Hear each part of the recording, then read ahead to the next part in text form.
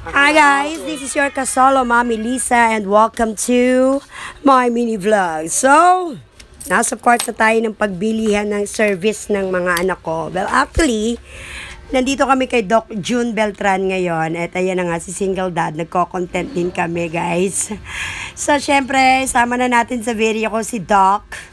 Hi, Doc June. Mag-hi ka naman sa aking mga followers. Hi, sabi niya. So, guys, ayan na. Kasi medyo yung old motor ni Doc June ay ibinenta niya sa amin. Actually, maganda pa siya, yung SkyDrive niya. And, ayan nga. So, hindi pa yan bayad, pero binigay niya sa amin. Ganun siya katiwala talaga.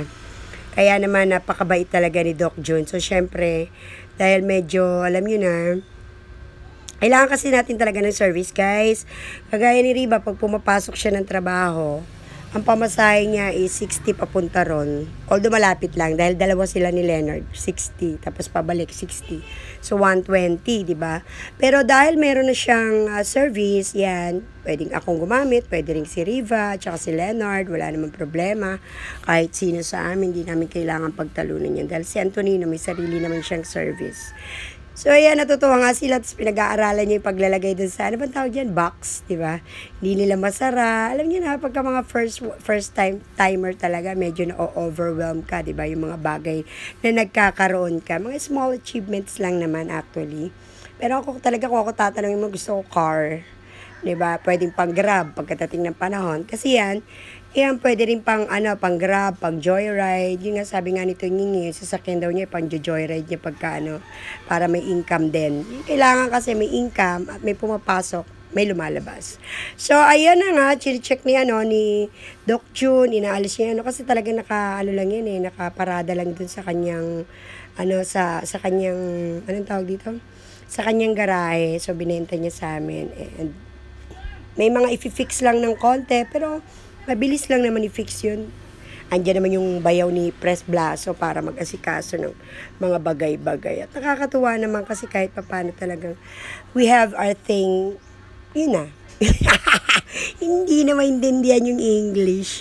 So yan, single dad, tinutulungan din yung mga bata kung paano ikabit at paano isara. Dahil hindi maisara, siguro dahil sobra na yung pagkakalagay sa loob. Nakakatuwa talaga guys. Alam niyo, ang saya-saya talaga ng pakiramdam ko ngayon. Ayoko na magdagdag ng kung ano-ano pa, pero masaya ako para sa achievement namin ng mga anak ko. Dahil talaga naman nagpupursige kami para sa kung ano naman gusto namin makamit. Right guys? Ayan. Tapos, yan. Diba? Nakakatuwa. Si ate na nag-ayos. Tapos, yun nga, galing pa si Riva sa trabaho niyan. Tapos talagang chinek din yung maigi yung motor. Talagang yung motor, okay pa, okay na okay. Hindi naman kailangan maganda o bongga. Importante sa amin yung maalagaan, tapos may masakyan, may maayos lang. May mga gas-gas lang siyang konti, pero madaling i-fix, madaling maayos. Pero sabi nga ni Doc kanina, sabi niya kanina, wag daw na palitan yung mga anik. Yun lang. Sige. Huwag nga daw palitan yung mga original parts kasi syempre gusto nila Riva sana kahit paano palitan. Pero sabi ni Doc, mga original parts yan bakit nyo papalitan? Konting ayos-ayos lang yan, konting linis-linis, lang yan, motor car wash lang yan. Yun lang, kung di ka pa naka-follow and subscribe, Lisa B. Palero Vlogs.